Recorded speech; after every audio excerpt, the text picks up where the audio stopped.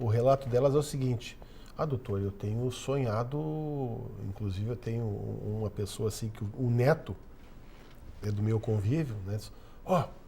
A minha avó chegou para mim e disse assim: meu netinho, eu sonho todas as noites que estou transando. Eu falei: que isso, vó? Daí a pessoa com 70 e poucos anos de idade diz assim: não, eu tenho sonhado de noite. Sim, mas a senhora não quer mais ter esse tipo de sonho? Não, não, de jeito nenhum. Mas quem é que não quer ter esse tipo de sonho? É verdade. Claro que a vida não é toda em função disso. Mas na época que a gente era guri, eu tenho 54 anos, casamento só existia por um motivo, né? Talvez hoje em dia, com a banalização, e que o guri está namorando, no segundo, terceiro dia de namoro já estão na cama, na casa um do pai do outro, né? Mas quando a gente era guri, para te poder ter uma vida sexual, tinha que casar. Agora, casamento sem sexo é vida de irmão, né? É vida de irmão. É vida de irmão. Então, e a queixa é do... Eu acredito que a queixa são de ambos os lados. Quando a gente fala em distúrbio sexual, a gente tem que pensar no casal, né? Sempre tem que pensar no casal disfuncional. Posso te interromper? A gente volta daqui um minutinho para falar sobre disfunção de casal. aliás, casais ideais, que ele acabou de citar no intervalo. Os casais ideais, maravilhoso ideal, essa. Né? A gente já volta.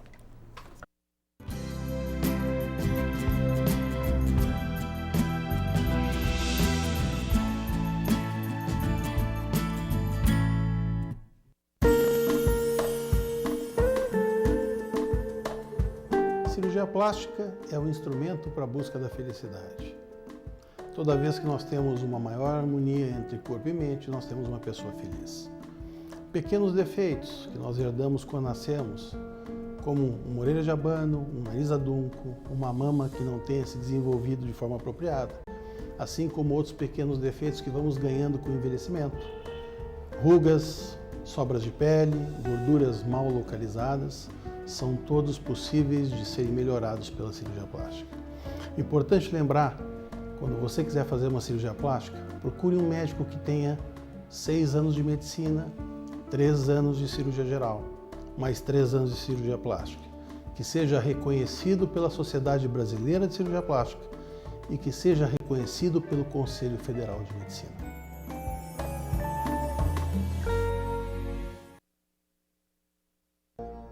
As crianças do Lar Santo Antônio dos Excepcionais possuem inúmeras necessidades especiais. Medicamentos, fisioterapia, aparelhos, exames. Mas, sem dúvida, a maior necessidade destas crianças é a solidariedade. Estenda sua mão.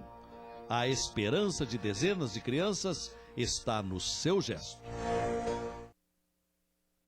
Na noite que melhor me vesti, para o jantar apareci. Sentei na cadeira, arrumei o cabelo e lá fiquei, sem brincadeira. Gosto me desafiar. Mas um pirata apareceu, assim que o dia escureceu. Pela janela ele entrou e minha família assustou. Minha família defender? Isso tenho que fazer. Ricardinho, chega. Disse minha mãe. Se comporta. Vai para o quarto e fecha a porta. Embora eu fiquei esperando no escuro, mas a rainha sabia que eu estava preso atrás do muro. Sua família. Meu filho, eu te amo. Volte para a mesa para comer sobremesa. Mas seu amigo vai ter que ficar aqui. Não está na hora de você se dedicar a ela? Da Igreja de Jesus Cristo dos Santos dos Últimos Dias.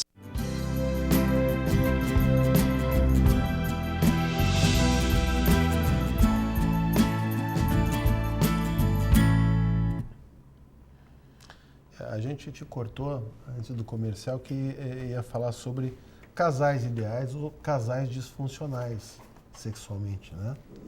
Que eu estava falando que a gente, quando fala assim de sexualidade, a gente tem que ver como é que é a relação daquela pessoa, né? Tem que pensar no casal, porque existe o casal disfuncional, né? Então, quando a paciente, né, ela ou o marido tem alguma queixa em relação à sua sexualidade dentro do relacionamento, é que a gente vai ver se tem alguma coisa errada com um dos dois, né? A gente brinca que o casal ideal, a mulher frígida, é casada com um homem impotente, é o casal ideal, né? Porque não vão ter nenhum dos dois vai ter queixa em relação à Eu acho sexualidade. que eles não vão nem brigar, né? Não vão Acho ter. que eles não vão ter nem Vão briga. ser bons irmãos. Então, assim, o que é importante, né, no relacionamento, né? Que a Sandra estava dizendo, é o diálogo, né? O casal ele tem que ter essa liberdade de conversar um com o outro sobre o que eles gostam, o que não gostam. Porque o que pode ser normal para um casal pode ser nojento para outro casal, né? Então, como é que aquele casal se sente, né, em relação à sexualidade que eles trocam um com o outro, né? Então, isso envolve uma série de fatores, né? De religiosos, emocionais, psicológicos, né? E tem casais que praticam alguns tipos de variações da sexualidade que para eles aquilo é muito bom, né? E que para um outro casal aquilo seria uma aberração. Então o diálogo ele é importante, é fundamental no relacionamento do casal. Eu posso dar um exemplo? Quando você falou da menopausa, eu tive uma pessoa que, conversando comigo na consulta, ela disse assim, olha, minha mãe sofreu muito na menopausa. Foi um terror a minha mãe viver a menopausa. Então, quando eu entrei na menopausa, que a médica diagnosticou, está aqui, seu exame, você entrou na menopausa, ela fez uma busca na internet com todos os sintomas possíveis que uma pessoa na menopausa pudesse ter. Resumiu e mandou para o marido por e-mail. E falou assim, se você ainda está disposto a ficar comigo, esse é o seu futuro, lidar com todos esses sintomas. E foi uma coisa assim muito engraçada, porque o marido falou assim, mas é tudo isso? Como quem, será que mexe tanto assim com a mulher? E ela explicou, eu precisava avisá-lo, para saber se ele ainda ia querer continuar comigo, porque eu não sabia assim, em que tipo de mulher que eu ia me tornar. Então, muitas vezes também, nós carregamos certos, como é que eu posso dizer, certos medos, a mulher principalmente. Como é que vai ser isso? Como é que quando eu estou grávida, como é que vai nascer essa criança? Como é que vai sair essa criança dentro de mim? Né? Ou então, quando vai ter a primeira relação sexual, como é que vai ser a primeira relação? Então, eu acho que às vezes fica muito assim, assustador as coisas novas que vão chegando e, no caso da mulher, interfere até mesmo com relação à libido dela, de como ela vai lidar com isso, como ela vai lidar com aquilo. São as diferentes fases da vida. Exatamente, ali, né? Mas hoje em dia ninguém mais é refém disso, né? Porque existe suplementação para tudo isso. Tem.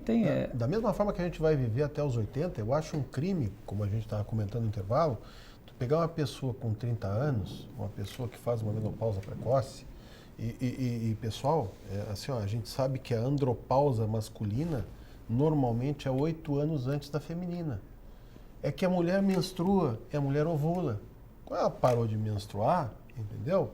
Ah, tá, é a data da última menstruação, menopausa, né?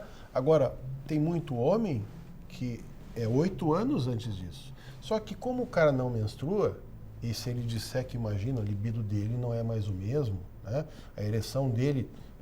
o que eu recebo de queixa, vocês não fazem ideia. Assim, ó, ereção, deficiente, ejaculação, quase não existe, tá?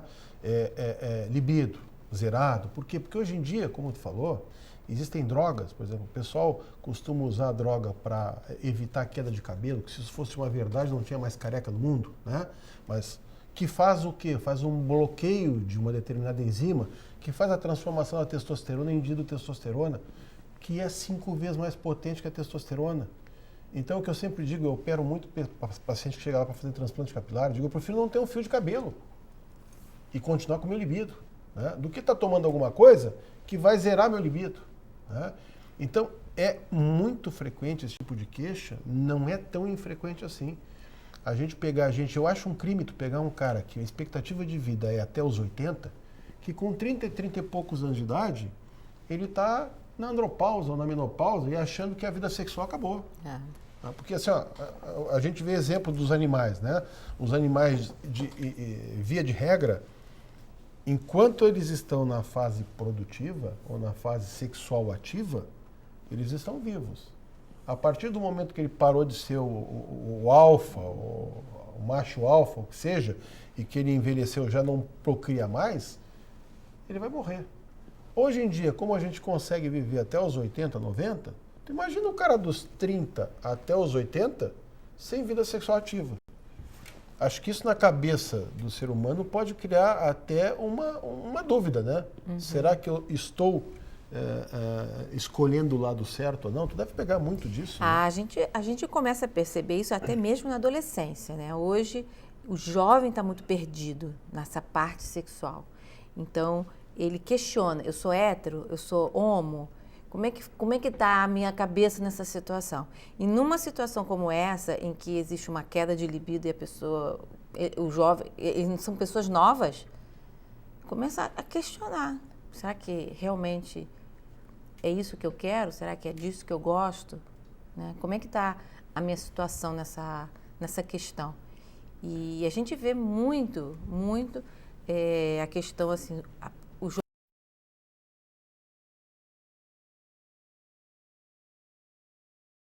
mídia, hoje em dia, incentiva muita coisa errada também, né? É.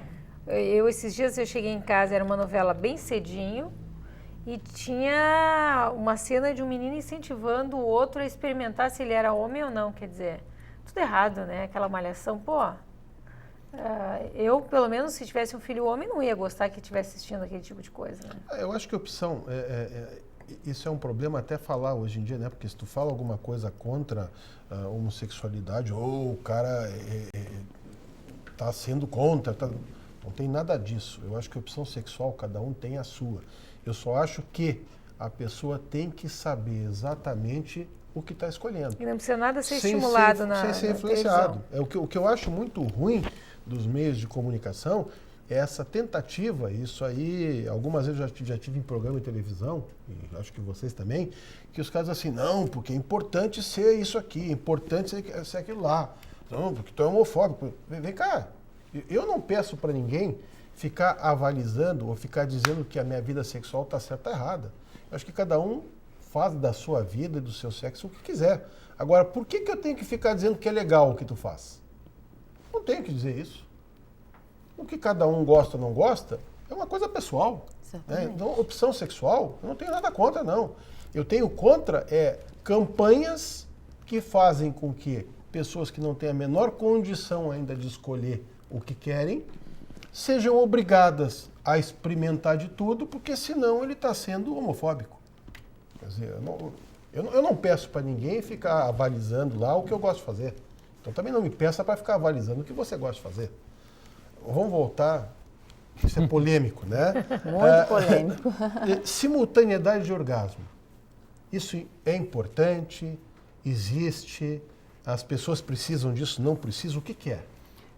O casal não precisa chegar ao orgasmo ao mesmo tempo, né? Isso é um mito, né? Que as pessoas, os dois têm que chegar no clímax ao mesmo tempo. Às vezes acontece, né? De os dois atingirem o orgasmo simultaneamente. Mas o melhor, né? Quando isso não acontece de maneira simultânea, é que a mulher tenha o seu orgasmo antes, né? Por quê? Porque o homem, quando atinge o orgasmo, ele vai perder a ereção. E dependendo da idade do homem, ele vai entrar numa fase que a gente chama de período refratário, que ele vai demorar para conseguir ter uma nova ereção, então que pode demorar minutos, dependendo da idade, horas ou até dias, né? Se for um homem mais velho, né? Há controvérsias. Bem mais velho. Então, na realidade, essa coisa do orgasmo simultâneo é um mito, né? O importante é que a relação termine com os dois satisfeitos com a relação, né? Ejaculação feminina. Isso é mito? É verdade? É mito. Não existe ejaculação feminina, né? A mulher não tem nenhum sistema de glândulas para emitir qualquer tipo de conteúdo ejaculatório, né? O que acontece às vezes? No orgasmo existe uma contração da musculatura pélvica, né? Os estudos mostram até o período entre as contrações, que a gente sabe que é de 0,8 segundos entre uma contração e outra. Então, às vezes, nesse processo de contração daquela musculatura da pelve, a mulher emite o conteúdo vaginal, né? E aqui pode sair uma secreção, porque contraiu, então a secreção que estava na vagina pode sair, e algumas mulheres até podem urinar, né? Pela contração da musculatura pélvica, né? Então, não é uma ejaculação feminina, né? Pode ter a saída desse líquido por causa do orgasmo. Né? Não tem como saber se a mulher teve orgasmo ou não? Não tem. Tá. Isso era uma dúvida, uma paciente esses dias comentando, dizendo que o marido dela disse, não, tu fingiu tal porque eu senti que tu não teve. Não tem como o marido saber. Não, ela pode simular Perfeitamente. Que coisa, né? Que É uma vantagem para a mulher, né? Porque os homens têm tantas vantagens. Não, mas tem mulher, eu não sei se acaba sendo uma Eu vantagem. acho uma desvantagem. É uma desvantagem, porque Eu aí acho acaba também. que se a pessoa acostumar com essa história, periga nunca ter. Não, mas o que acontece, né? Como é que a coisa funciona? Você está ali naquela situação achando que está resolvendo um problema. Mas aí por trás você está criando um outro problema. Porque a mulher que ela não consegue sentir o prazer ou a mulher que ela não se satisfaz numa relação, isso começa a se voltar contra ela emocionalmente. Aí você vê aquela mulher que reclama de tudo, que está insatisfeita com tudo que está em volta dela, que às vezes tem uma insônia e que às vezes é agressiva. Então você começa a perceber outros sintomas que nunca pode passar, provavelmente nunca passa pela cabeça, de que é justamente essa falta de satisfação sexual. Porque quimicamente falando, já está mais do que provado, né, que o orgasmo é necessário para o ser humano, que o prazer da relação, alcançar o prazer na relação sexual é extremamente importante. Então, quando a mulher entra nesse processo de fingir, ela está fazendo algo contra ela mesma e que vai aparecer de uma outra forma. Aí é aquela mãe estressada, que grita o tempo todo dentro de casa, é aquela mulher que está irritada no trabalho, né? E que às vezes chora sem ter um motivo, aí pensa que precisa tomar um calmante, pensa que precisa tomar um antidepressivo, e assim vai. E na realidade não é isso. Tá, e vamos tentar resolver o problema dessas mulheres, já que um número razoavelmente grande, o que pode fazer para tentar resolver esse problema? Primeira coisa, o diálogo, né? Falar com o marido. Falar com o marido, né? Esse tipo de diálogo tem que ter na relação, porque a mulher que simula o orgasmo, né, direto nas relações, e o marido acha que está satisfazendo ela, ela vai ser infeliz, porque ela não vai estar se satisfazendo e vai estar tapando o problema que ela tem, né? Então ela não vai resolver o problema dela. Então, a primeira coisa é reconhecer que o problema existe e conversar com o parceiro. Isso pode ser falta de alguma medicação? Pode ser hormonal. Pode ser hormonal. Pode ser Então hormonal. pode falar também para o ginecologista dela. Pode ser até falta de estímulo adequado, né? Que é muito comum. A gente sabe que a mulher ela é mais lenta para atingir o orgasmo, né? E os fatores emocionais, como a gente falou no começo do programa, estão envolvidos, né? Então, a mulher que às vezes não é tratada com carinho, não tem o estímulo adequado, às vezes as preliminares são muito curtas ou não existem, ou o homem às vezes tem uma ejaculação precoce, né? Então não consegue manter o estímulo sexual adequado, né? Então, tem uma série de fatores